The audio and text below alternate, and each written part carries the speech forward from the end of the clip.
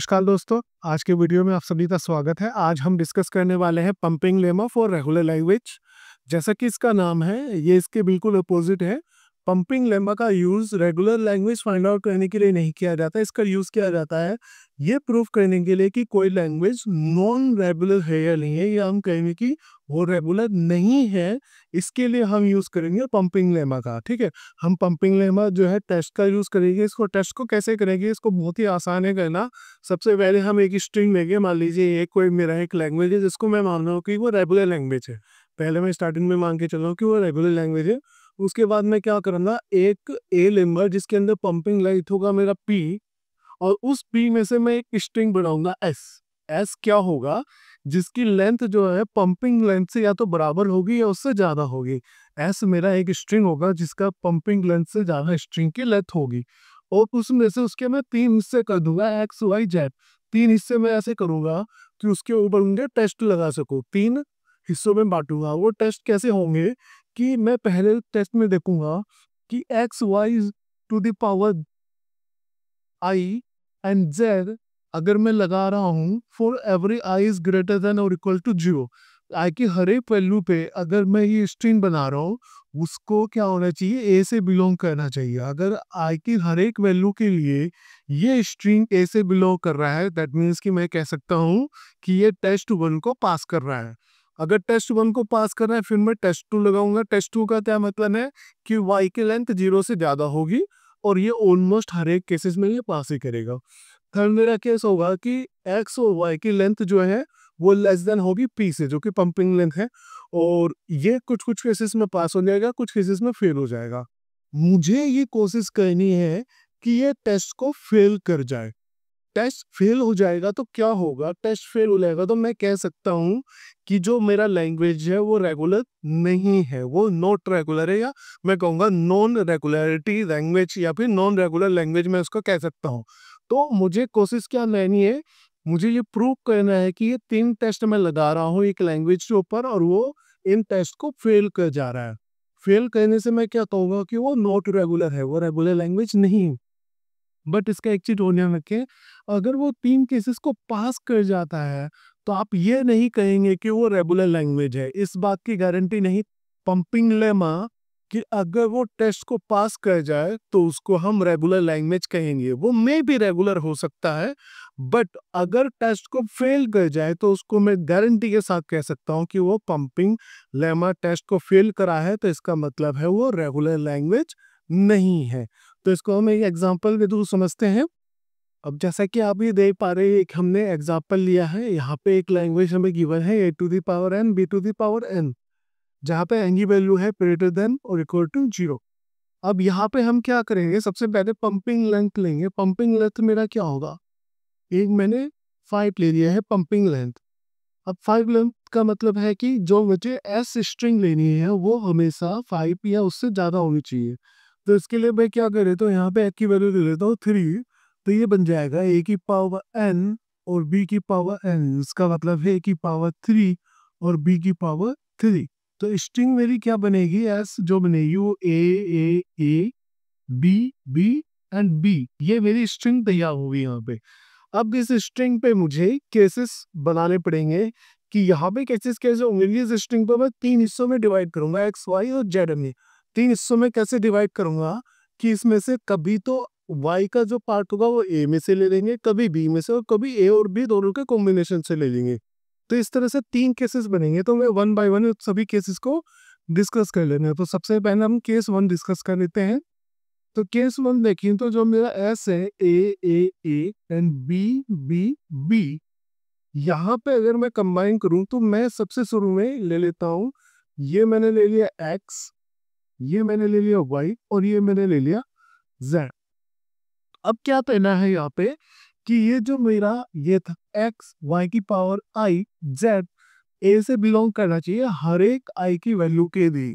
तो इसको मैं सोच कर लेता हूँ कि एक्स वाई की पावर आई जेड मुझे बताना है।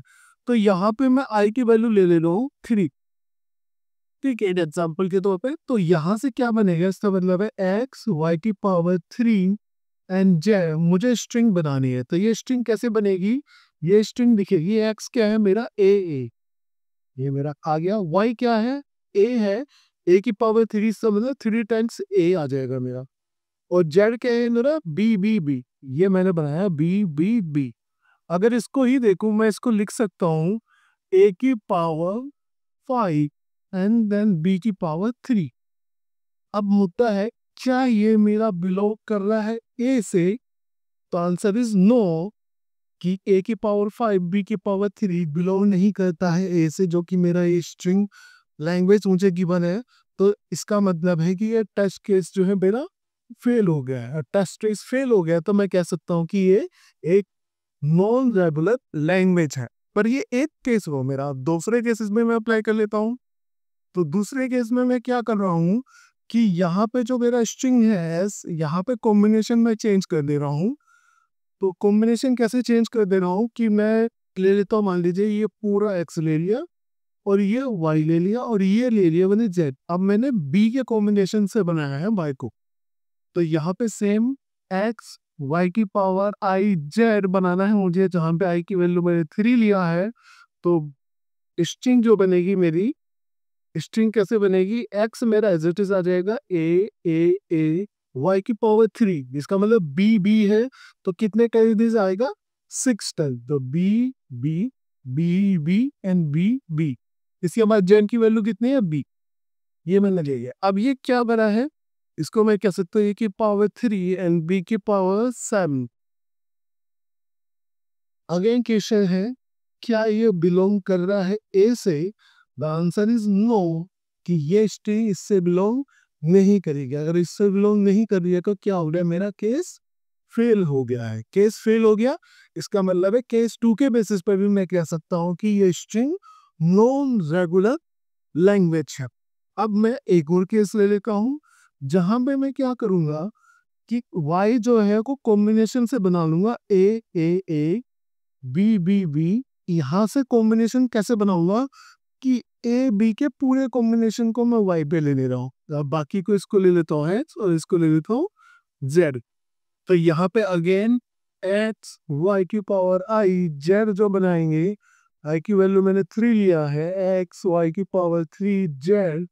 तो ये वाई की पावर 3 आ जाएगा। तो एक्स की वैल्यू कितनी है? ए वाई क्या है? A B. तो ए बी की पावर 3 का मतलब है ए बी को हम 3 बार लिखेंगे। अदर बी जो कि जेड है। अब यहाँ पे अगर मैं देखूं इस स्ट्रिंग को, तो ये इसको मैं कुछ ऐसे रिप्रेजेंट कर सकता हूँ, ए की पावर 3 देन बी ए और बी की पावर 3। अगेन ये ए से बिलोंग नहीं कर रहा है। ये केस भी मेरा क्या हो गया? फेल हो गया। अगर ये केस भी मेरा फेल हो गया, इसका मतलब है कि तीनों केसेस में जहां पे मैंने y की वैल्यू पहले a के कॉम्बिनेशन से बनाई, फिर मैंने b के कॉम्बिनेशन से बनाई, फिर a b दोनों के कॉम्बिनेशन से बना के देखी। दैट मीन्स कि मैं हर एक कॉम्बिनेशन y की बना के देख ले रहा हूँ, परंतु हर एक कंडीशन पे क्या है? ये a इस लैंग्वेज से बिलोंग नहीं कर रहा है। केस 1 जो मेरा था, केस 2 और केस 3 तीनों में ही देख चुका हूँ कि टेस्ट 1 मेरा जो है फेल कर पा रहा है, इसको पास नहीं कर रहा है। तो इसके बेसिस तो मैं कह सकता हूँ कि ये एक नॉन रेगुलर लैंग्वेज है। अब बात आती है टेस्ट 2 एंड टेस्ट 3। तो टेस्ट 2 क्या है? y की लेंथ ग्रेटर होनी चाहिए 0 से। अब y की लेंथ क्या है यहाँ पे? y कितना है मेरा? अगर मैं इस वाले में देखूँ 1, तो 1 0 से ज्यादा है, टेस्ट पास हो जा रहा है। सेकेंड वाले में अगर देखूं मैं, y कितना है? 2, जो कि 0 से ज्यादा है, ये पास कर जा रहा है। थर्ड वाले में देखूं तो y कितना है? 2 लेंथ का है, ये 0 से ज्यादा है। तो मैं देखूं टेस्ट 2 तो हर एक कंडीशन में पास कर जा रहा है। और टेस्ट 3 भी सेम है कि एक्स वाई क्या होगा मेरा?